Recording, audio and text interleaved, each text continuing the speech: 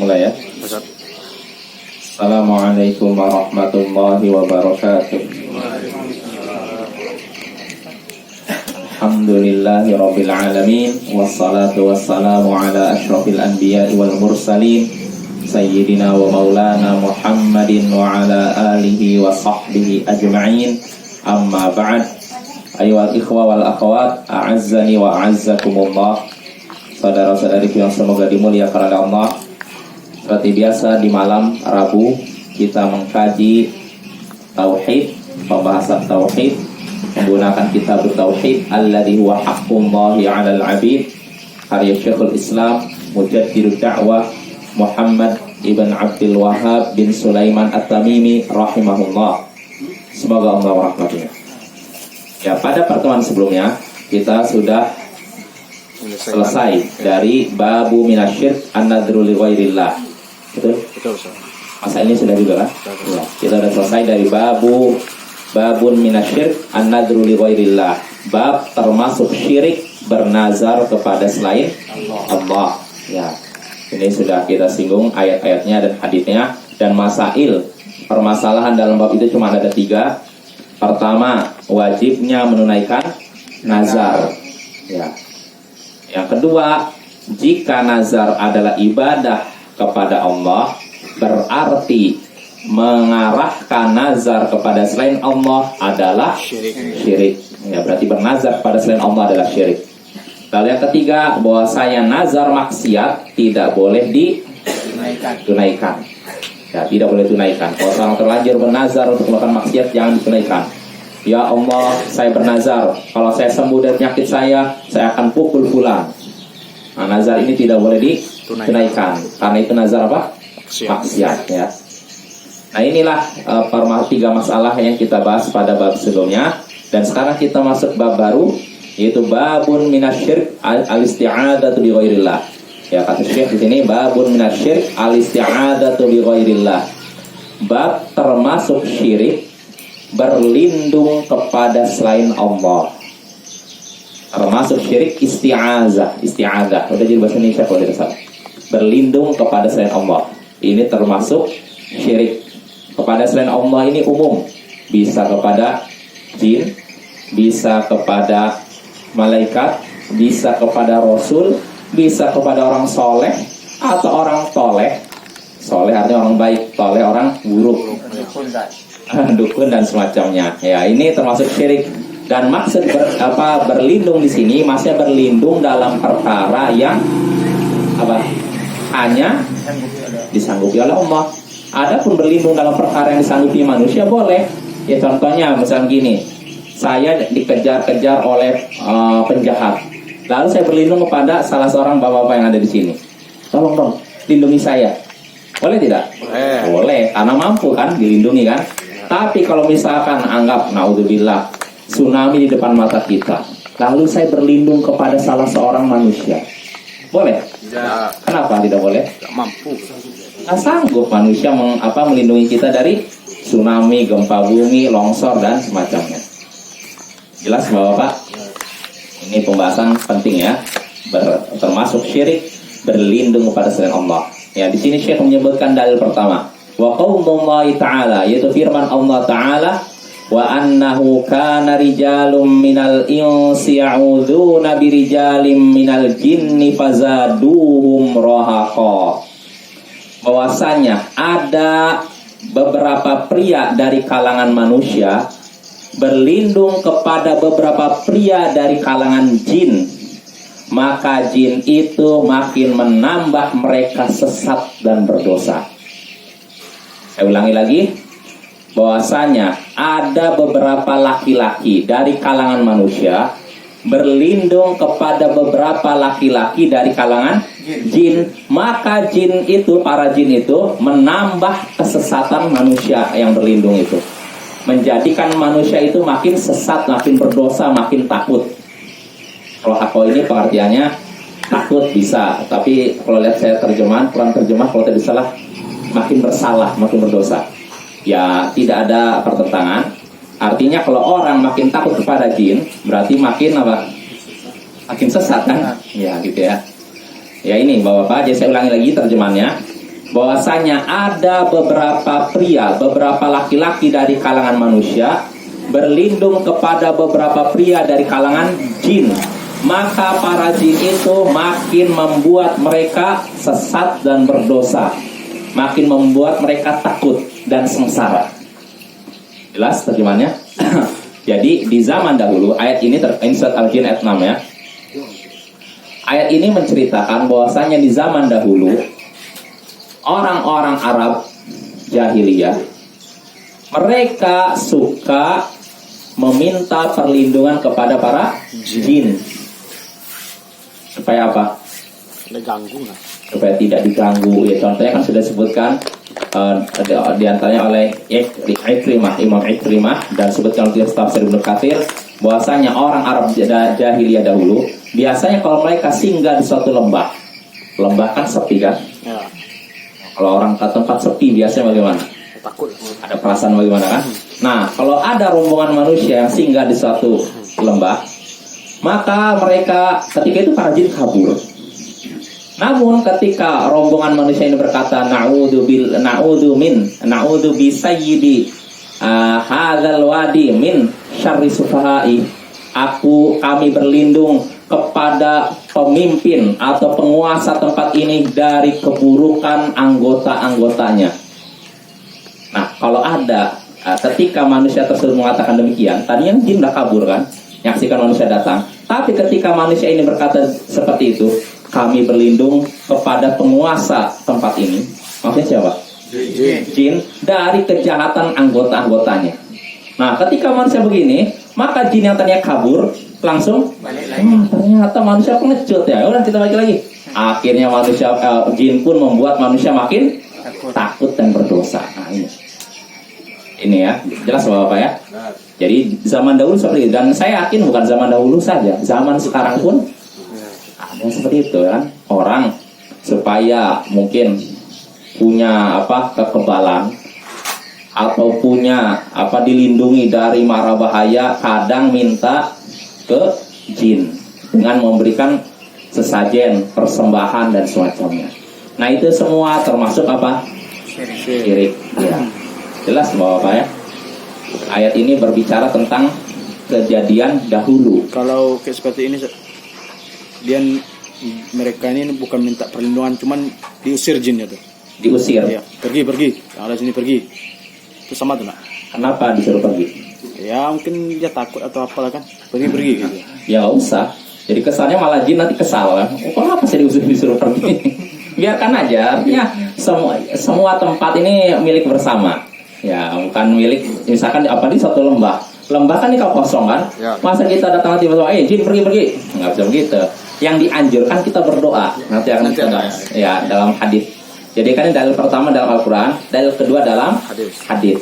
Kalau ruqyah ada juga konsep disuruhnya jin pergi. Oh, itu lain lagi, karena dia salah tempat. Bukan salah tempat lagi, dia sudah melanggar. Ya, kalau ada jin masuk ke tubuh manusia, maka dia salah tempat. Dia harus diusir, ya. Iya, zalim ya. Itu perbuatannya tidak diizinkan. Dan pelakunya nggak mesti orang kafir, nggak mesti jin kafir, jin muslim pun bisa. Tapi jin muslim yang fasik plus bodoh.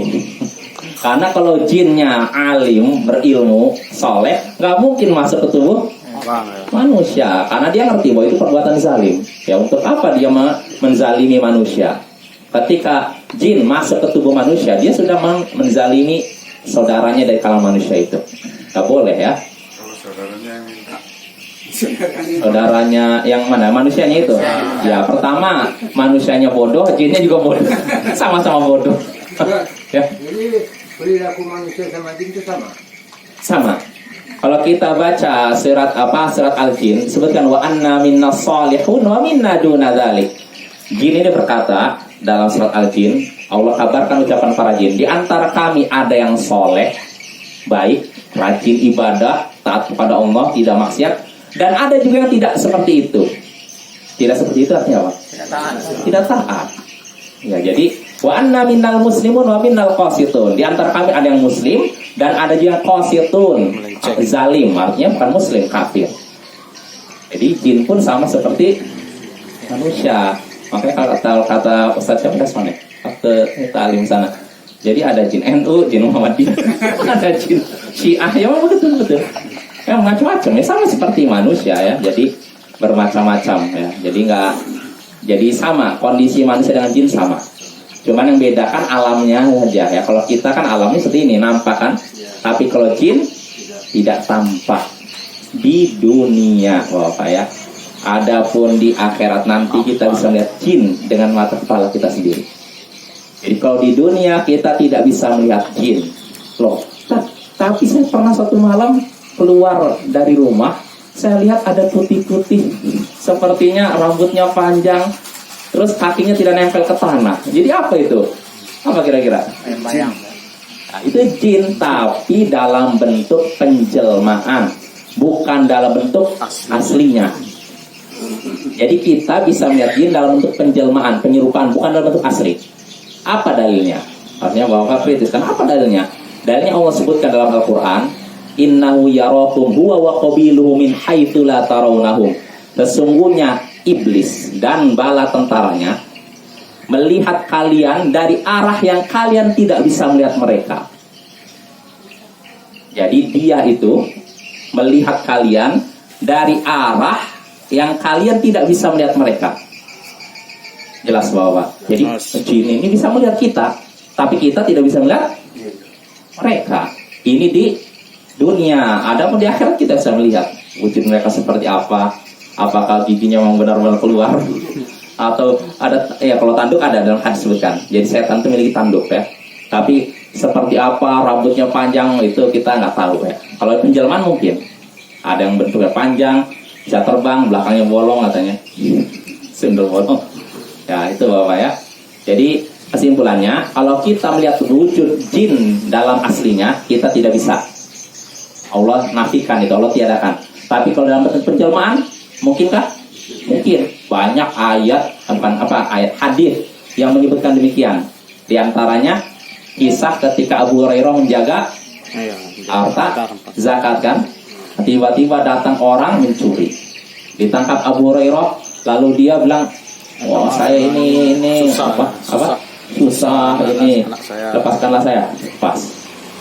Setelah lepas, malam berikutnya curi lagi, orang itu tangkap lagi, begitu juga.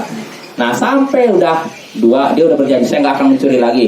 Ternyata ketiga kalinya muncul lagi, ditangkap lagi, lalu akhirnya lepaskanlah saya ingin mengajari kamu sesuatu. Bacalah ayat Al-Kursi. Kalau engkau membaca ayat Al-Kursi, maka Allah akan menjagamu dari setan dari malam sampai akhirnya dilepas. Nah ternyata berita ini sampai kepada Rasulullah. Abu Hurairah cerita nih pada Rasulullah, maka Rasulullah SAW bersabda, shadaqaka wa huwa kadhub. Dia sudah berkata jujur kepadamu, padahal dia pendusta. Kalau pendusta artinya apa? Dustanya bukan sekali, berkali-kali pendusta. Kalau orang ini dusta sekali, oh dia dusta. Tapi kalau udah banyak dusta, namanya pendusta. Jadi dia itu, wahai Abu Hurairah, berkata jujur kepadamu, benar, tapi dia sebenarnya pendusta. Artinya yang dia sampaikan kepadamu itu benar, padahal biasanya dia tidak pernah benar, dusta terus. Tahukah Abu Hurairah siapa itu? Jawabannya apa? Nah itu setan. Nah itu Bapak ya. Jadi kadang jin itu menyerupai ada bentuk manusia, kadang menyerupai mungkin ular, kadang menyerupai harimau dan semacamnya. Ini dalam bentuk penjelmaan. Adapun dalam bentuk aslinya, sekali lagi kita tidak mungkin melihat jin. Ada perbedaan jin, setan, iblis, ada bedanya?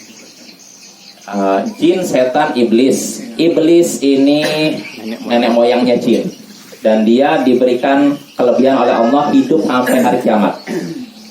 Iya, makanya seperti Al-Quran, anzirni ila yaumi yub'atsun, wahai Allah berilah aku tangguh sampai hari dibangkitkan. Maka Allah berfirman apa? Fa innaka minal munzirin.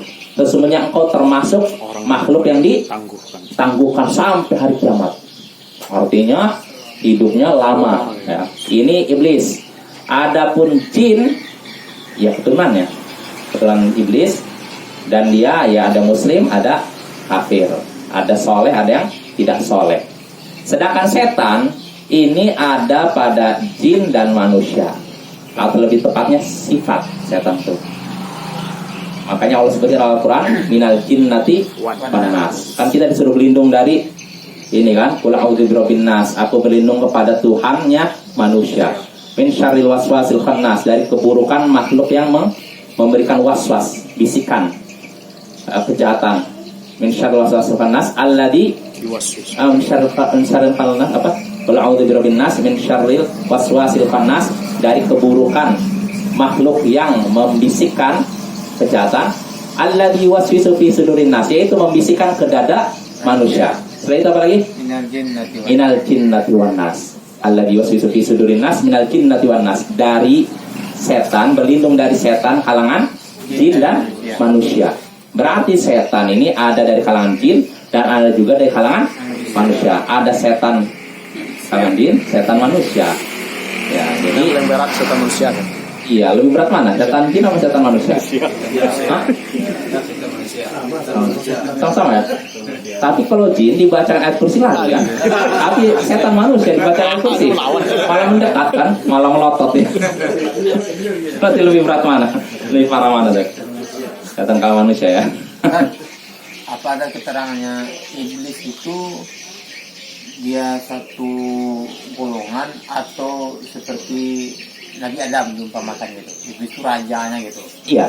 atau dia memang satu Ya, satu orang, satu makhluk, satu individu. kayak Nabi Adam gitu kan. Keturunannya jin. Jadi iblis itu nenek moyangnya jin istilahnya gitu. Dan dia sekali lagi diberikan kelebihan oleh Allah hidup sampai hari kiamat. Sedangkan jin nggak seperti itu. Ada yang mati. Tidak ada yang mati, walaupun kadang hidupnya panjang. Jadi nggak seperti kita. Kalau kita kan paling lama hidup berapa? 100 tahun ya kan. Kalau jin bisa 200 tahun. Bisa, iya, lama.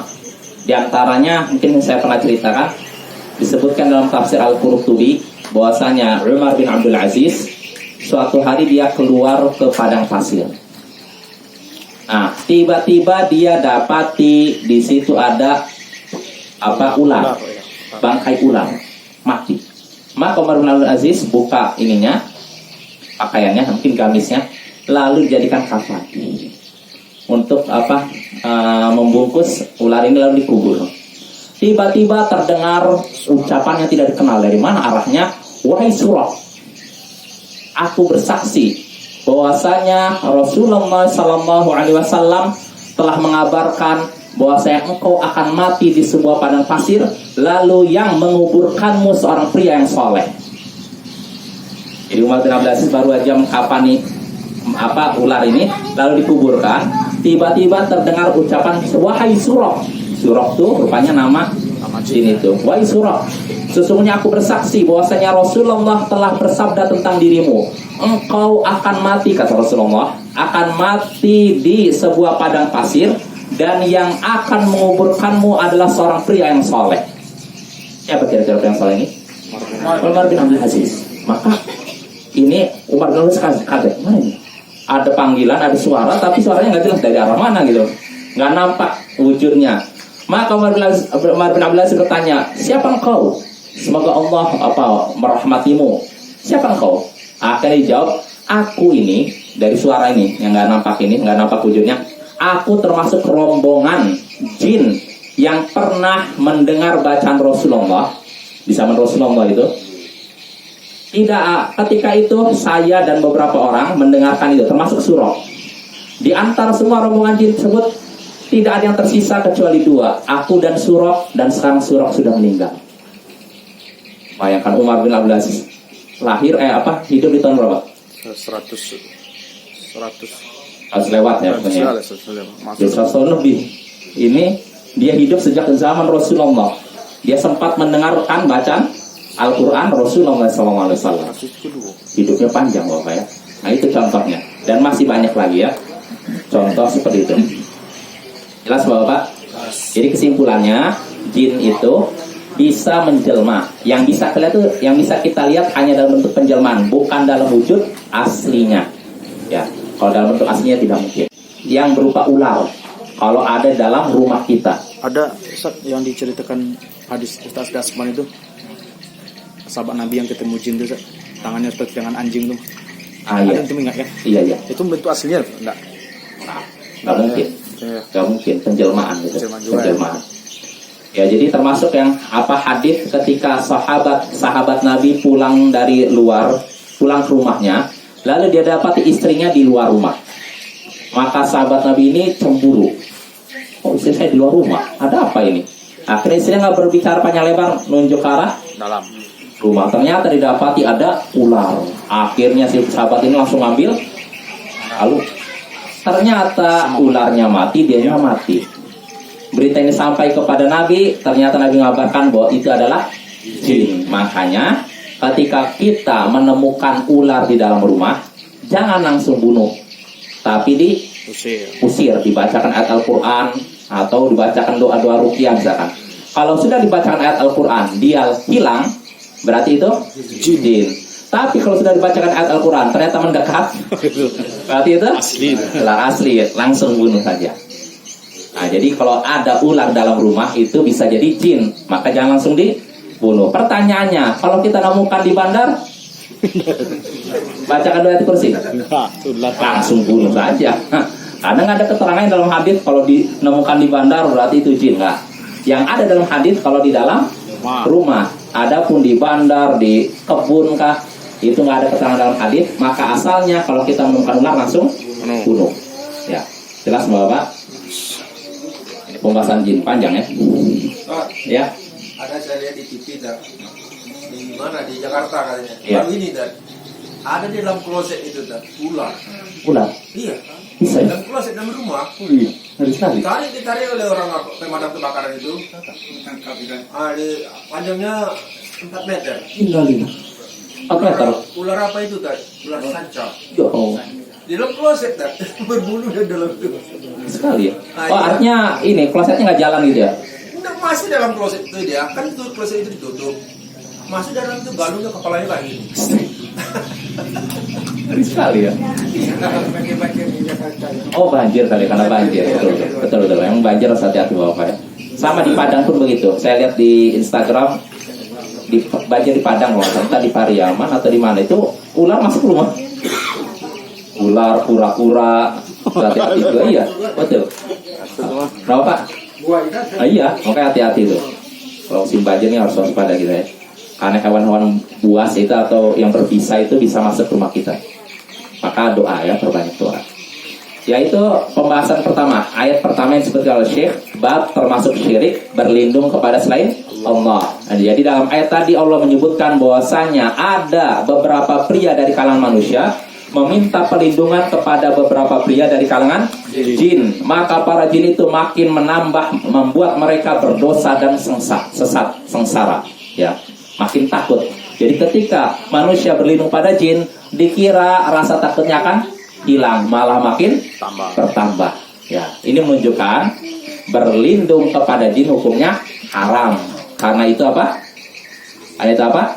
Syirik. Harusnya Syekh menyebutkan dulu dalil bahwasanya berlindung adalah ibadah. Baru menyebutkan ini. Ya, tapi Allah alam ya. Mungkin ini metode Syekh yang lainnya. Ya, karena kalau dalam usul thalatha beliau menyebutkan dalil bahwasanya berlindung adalah ibadah. Itu surat apa? Surat apa? Ingat.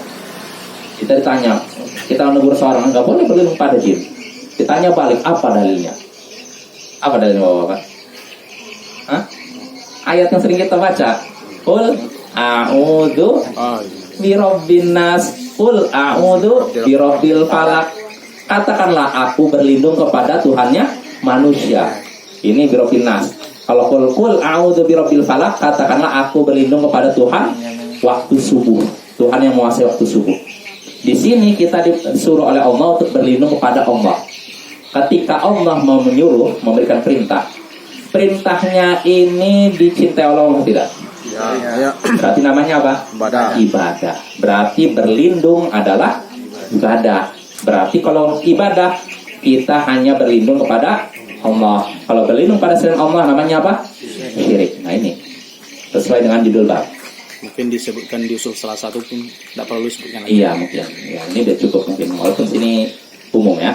Ya intinya sama saja. Di sini kan disebutkan bahwa dengan ketika para manusia ini, para laki-laki ini meminta perlindungan pada laki-laki para laki-laki dari kalangan jin, maka para jin itu membuat manusia itu sesat, berdosa, makin takut.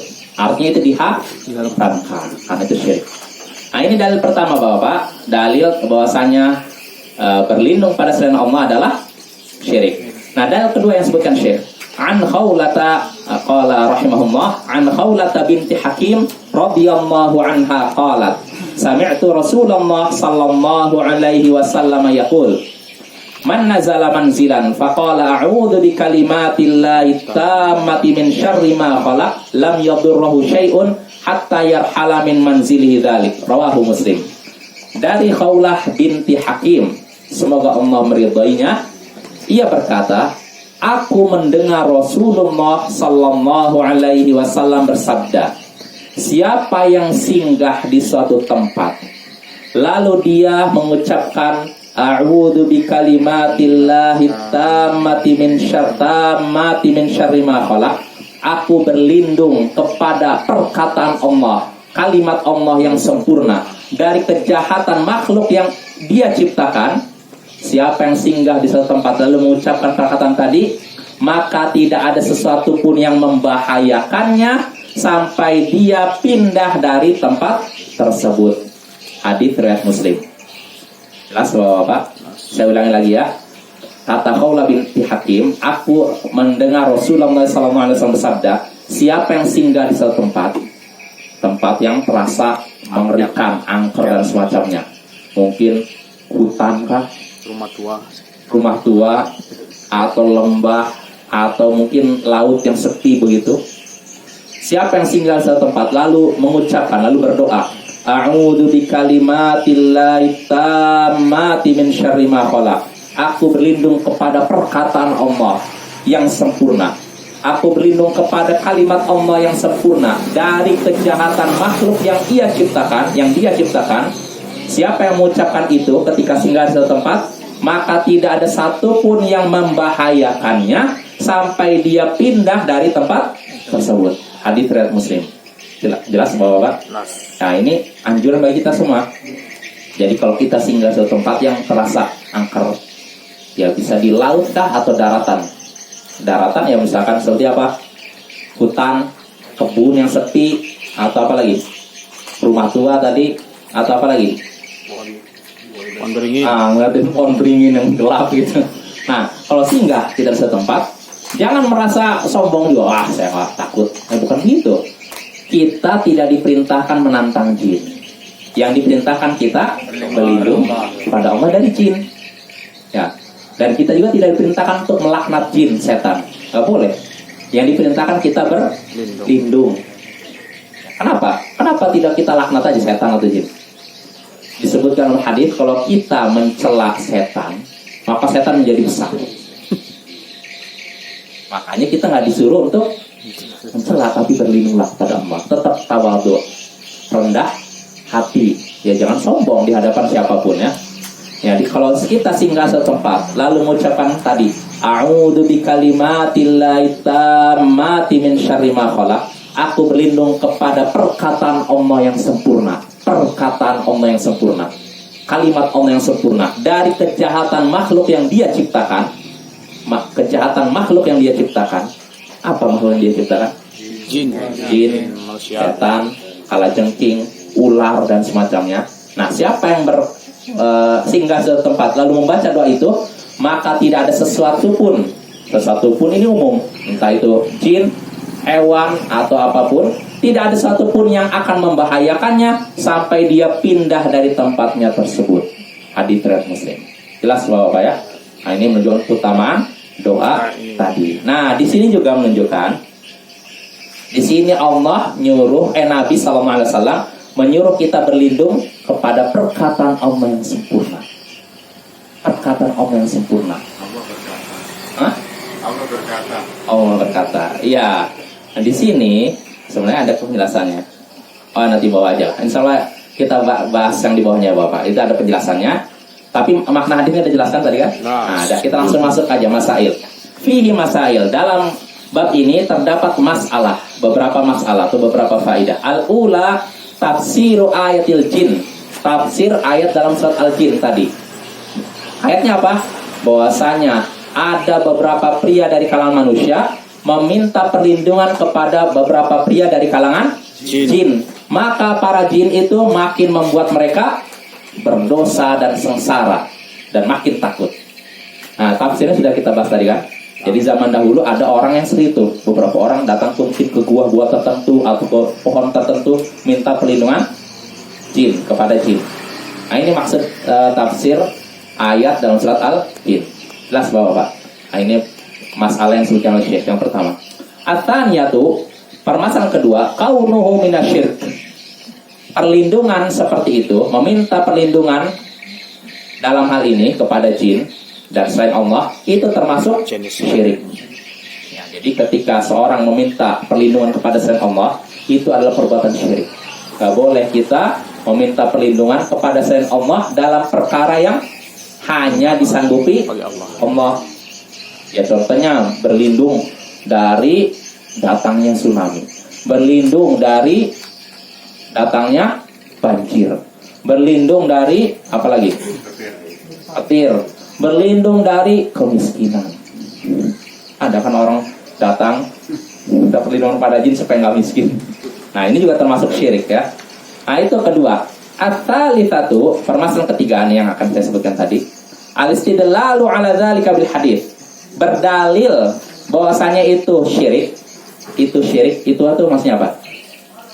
Berdalil bahwa itu syirik, itu berlindung pada selain Allah adalah syirik. Berdalil bahwasanya itu termasuk syirik berdasarkan hadis tadi. Hadis yang disebutkan tadi. Hadisnya tadi kan, siapa yang singgah di setempat lalu mengucapkan a'udzu bikalimatillahi tammati min syarri ma khalaq, aku berlindung kepada perkataan Allah yang sempurna dari kejahatan makhluk yang dia ciptakan, maka tidak ada sesuatu pun yang akan membahayakannya sampai dia pindah dari tempat tersebut. Nah, Syekh menyebutkan bahwasanya hadis tadi adalah dalil yang menunjukkan bahwasanya berlindung kepada selain Allah adalah syirik. Dari mana? Syekh menyebutkan sisi pendalilannya. Li'annal ulama, karena para ulama istadallu bihi ala anna kalimatillah ghairu makhluqatin. Karena para ulama menggunakan hadis tadi sebagai dalil bahwasanya kalimat Allah, perkataan Allah bukan makhluk. Perkataan Allah bukan makhluk. Perkataan Allah bukan makhluk, bukan ciptaan Allah. Itu sifat Allah.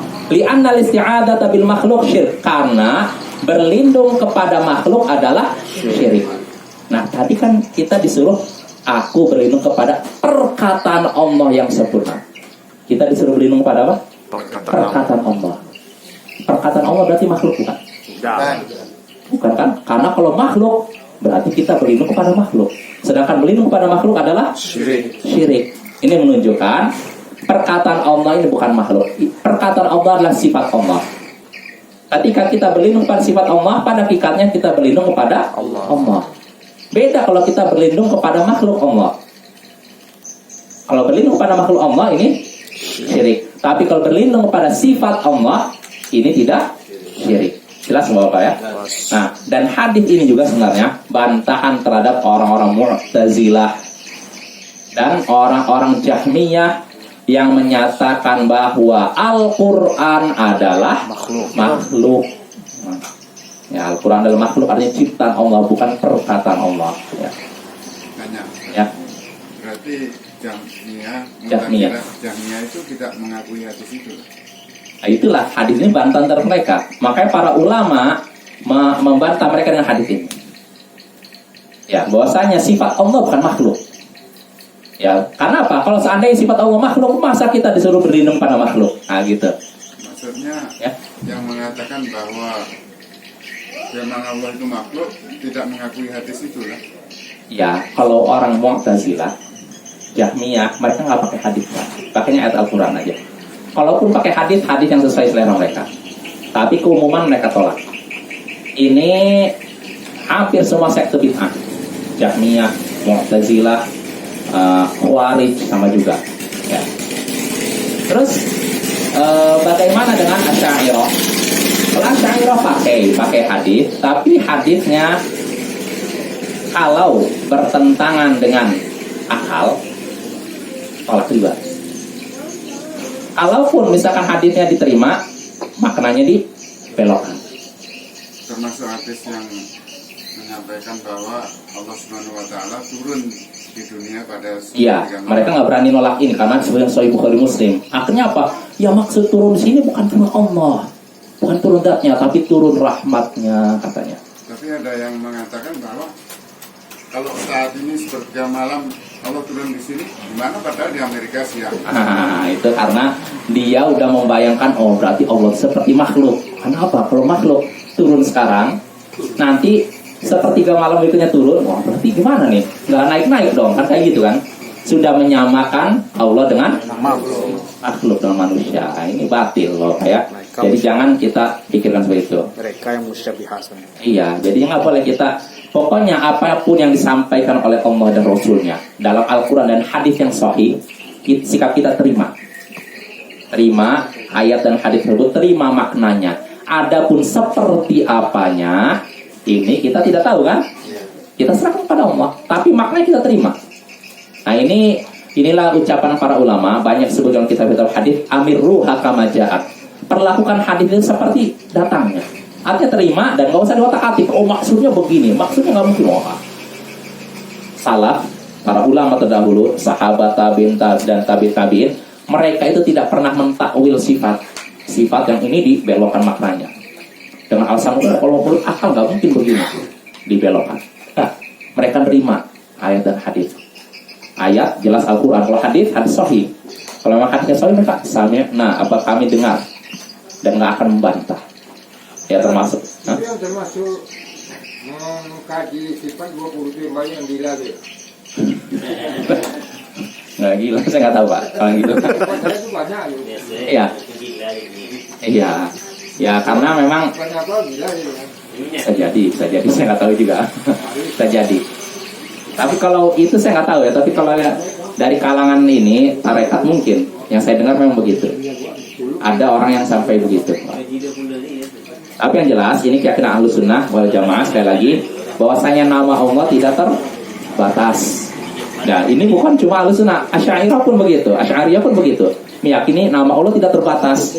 Nah tapi bedanya dengan Ahlus Sunnah, kalau Ahlus Sunnah menyatakan nama Allah tidak terbatas dan sifatnya juga terbatas. Tapi kalau mereka nama Allah tidak terbatas, adapun sifat Allah terbatas. Berapa? Ada yang hitung 7, 13, 20. Itu jadi mereka batasi sifat sedikit. Yang jadi pertanyaan, kenapa kamu batasi sedikit saja? Bagaimana sifat yang lain?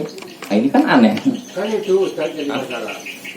Dia bertanya sendiri, dia jawab sendiri. Jadi harusnya bingung. Iya, memang begitu. Insya Allah kalau kita ngikutin ini akidah Ahlussunnah ini dari Rasulullah, masih sesuai fitrah kita. Belum dimasuki ilmu kalam, ilmu filsafat. Akidahnya orang awam, benar-benar awam. Artinya gini, awam dalam artian belum kena masuk ilmu seperti itu. Insya Allah lurus kita. Kenapa muncul firqah-firqah seperti Mu'tazilah, Jahmiyah dan semacamnya, termasuk Asy'ariyah? Karena itu buah dari ilmu kalam. Jadi kalau ilmu kalam masuk itu akhirnya apa yang ada dalam Al-Quran hadis disesuaikan dengan ini. Sehingga kalau misalnya disebutkan ayat sifat Allah di atas arsy, di atas. Kalau di atas kan berarti kan ada bentuknya. Kalau ada bentuknya berarti kan membutuhkan yang di bawahnya. Wah, Allah nggak mungkin itu. Udah membayangkan Allah itu udah seperti kita di atas genteng. Nggak bisa lah. Nah itulah nggak bisa. Sekali lagi udah saya, iya kita sudah singgung keyakinan Ahlus Sunnah wal Jamaah berdasarkan ayat, hadis dan ijma' para ulama terdahulu. Allah di atas arsy. Nggak malu-malu lagi saya sebutkan ini ya. Ayat Al-Quran yang menyebutkan ketinggian Allah itu lebih ratusan. Syekhul Islam menyebutkan 300 ayat menyebutkan tentang ketinggian Allah. Kalau mau disebutkan satu persatu ini habis berapa pertemuan ya? Nggak bisa sekali. Itu dari ayat Al-Quran, belum lagi hadis Nabi. Lagi sholat. Iya. Dan di antara hadis Nabi, ini saya sebutkan faedah ini nggak apa-apa lah. Hadis yang hadis Jariyah, hadis budak perempuan itu, yang ketika tanya Rasulullah, Aina Allah, di mana Allah? Dia menjawab, di sama, di atas langit. Man ana, siapa aku? Kata perempuan itu apa? Anta Rasulullah, engkau adalah Rasul Allah. Maka Rasulullah berkata pada majikannya Muawiyah bin Al-Hakam Sulami, "Aqtilha, merdekakan dia. Fa innaha mu'minah." Karena sesungguhnya dia seorang wanita beriman, wanita mukminah. Hadis ini Bapak diriwayatkan dalam Sahih Muslim, kitab tersahih setelah Sahih Sahih Bukhari. Seandainya satu kitab aja dalam ini udah cukup sebenarnya. Tapi yang jadi masalah Bapak, saya 2 hari yang lalu saya cek dalam Maktabah Syamilah. Ternyata hadis ini bukan cuma diriwayatkan dalam Sahih Muslim, tapi diriwayatkan oleh kitab-kitab hadis yang jumlahnya sekitar 40 hadis. 40 kitab hadis. Kalau nggak salah 40 atau nanti saya cek. Saya udah tulis tentang itu. Ada dalam 50 kitab hadis. Nah ini.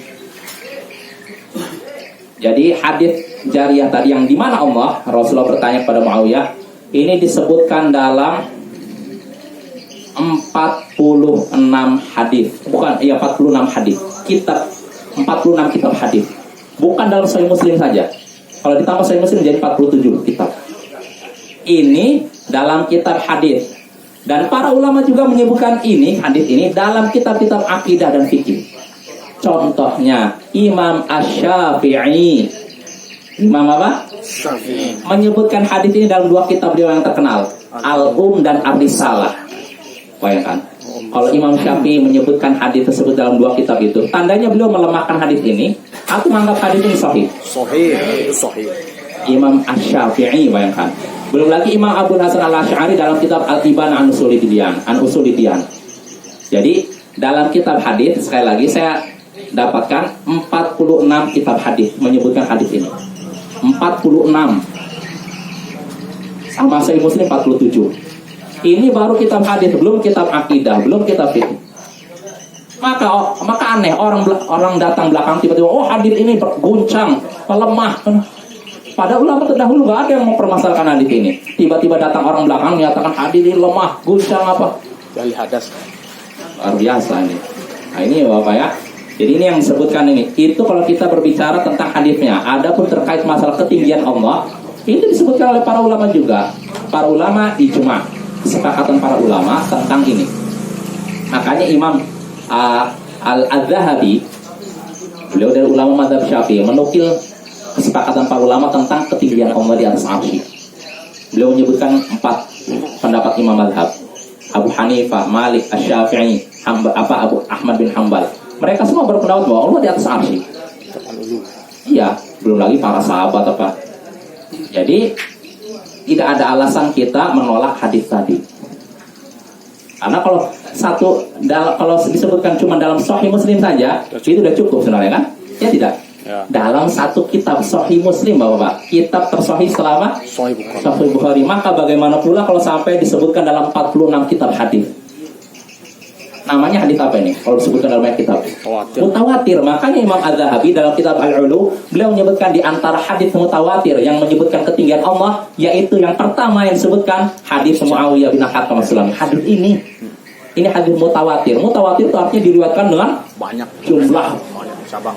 jalur riwayatan yang sangat banyak. Kalau hadisnya ahad, 1, mungkin mereka punya peluang, oh ini hadisnya 1, ahad, tolak. Tapi ini hadis yang meriwayatkan sangat banyak. Jelas Bapak ya? Maka nggak ada alasan menolak hadis ini. Dan yang menolak hadis ini hanya orang belakangan. Sekali lagi orang belakangan, nggak ada orang terdahulu menolak ini. Maksudnya nggak ada ahli hadis terdahulu yang menolak hadis ini. Yang ada orang belakangan. Ahli kalam. Iya. Siapa? Saya dapat faedah dari Salim Musri. Yang menyebutkan adalah pertama Zahid Al-Kautsari. Orang belakangan abad 20. Beliau disebutkan para ulama adalah pembawa bendera Jahmiyah di abad 20. Zahid Al-Kautsari. Lalu diikuti oleh pengikutnya yaitu Hasan As-Saqqaf. Nah, dari sinilah mereka ngambil kesimpulan katanya hadis tentang tadi di mana Allah itu adalah hadisnya lemah, guncang dari 2 orang ini. Orang belakangan. Jelas Bapak? Orang belakangan, nggak ada ulama terdahulu, ulama ahli hadis yang mempermasalahkan ini. Saya katakan ulama ahli hadis, bukan ulama ahli kalam. Kalau ahli kalam lain lagi masalahnya. Jelas. Begitu ahli fikih, karena ada orang yang ahli fikih tapi nggak mendalami hadis. Jelas Bapak ya. Tapi yang jadi patokan ahli hadis. Kalau terkait hadis yang berhak bicara ahli hadis. Terkait bahasa yang berhak bicara ahli bahasa. Ya kan? Nah gitu. Yang berbicara tentang kedokteran yang paling berhak Dokter. nah, itu. Nah, lihat ahli hadis nggak ada terdahulu. Coba cari. Saya kan penasaran. Sebenarnya saya kan ketika mereka menyatakan hadisnya itu lemah, buncang, saya penasaran. Saya iseng buka Maktabah Syamilah di laptop. Saya cari tulisan Ainomor, muncul. Nah, saya pernah kumpulkan juga. Nah, saya kumpulkan di data satu persatu. Ya, saya sebagai contoh nih Bapak ya. Kan waktunya udah habis ya. Habis ya. Sudah saya sebutkan 10 kitab yang terkenal aja ya, yang menyebutkan hadis ini. Pertama kitab Al-Muwatta karya Imam Malik. Beliau menyebutkan hadis tadi. Hadis tentang pertanyaan di mana Allah? Lalu jawabannya apa? Nah, lalu kedua, Musnad Abu Daud At-Tayalisi. Kedua, karya Imam Abu Daud At-Tayalisi. Ketiga, kitab Al-Musannaf karya Imam Abdul Razzaq As-Sam'ani. Keempat, Musnad Ibnu Abi Syaibah. 4. 5, Musannaf Ibnu Abi Syaibah. Nah, ini yang kelima. Keenam, Musnad Ahmad, Imam Ahmad bin Hanbal. Ketujuh, Juz'u Al-Qiraah Khalfal Imam karya Imam Bukhari. Jadi Imam Bukhari nggak masukkan hadis ini dalam Sahih Bukhari, tapi memasukkan dalam kitab Juz'ul Qiraah Khalfal Imam, membaca di belakang imam. Ketujuh. 8, As-Sunan Al-Ma'thurah karya Imam Al-Muzani. Murid Imam Al-Muzani, muridnya Imam Syafi'i. Beliau menukil hadis ini dalam kitab tersebut. Lalu ke-9, Sunan Abu Daud karya Imam Abu Daud. Ke-10, kitab Ar-Rad 'alal Jahmiyah karya Imam Ad-Darimi. Beliau menukil hadis ini juga. Baru 10 Bapak, masih ada 46, masih 36 lagi. Banyak Bapak. Jadi nggak ada alasan menolak hadis tadi ya. Hendaknya kita takut kepada Allah, jangan sampai menolak hadis Nabi. Kata Imam Ahmad bin Hanbal, sebagian disebutkan Al-Ibana Al-Kubra, man radda haditsan Nabi fahuwa 'ala syafah halakati. Siapa yang menolak hadis Nabi SAW, maka ia berada di tepi jurang kebinasaan. Hati-hati, kalau kita sudah tahu bahwa itu hadis Nabi sahih, jangan sekali-kali kita lancang menolaknya. Karena resikonya yaitu berhadapan dengan Allah, berhadapan dengan Nabi di hari kiamat nanti. Ya mungkin itu saja Bapak, waktunya habis. Ya tutup, subhanakallahumma wa bihamdik, asyhadu an la ilaha illa anta, astaghfiruka wa atubu ilaik. Assalamualaikum warahmatullahi wabarakatuh. Waalaikumsalam.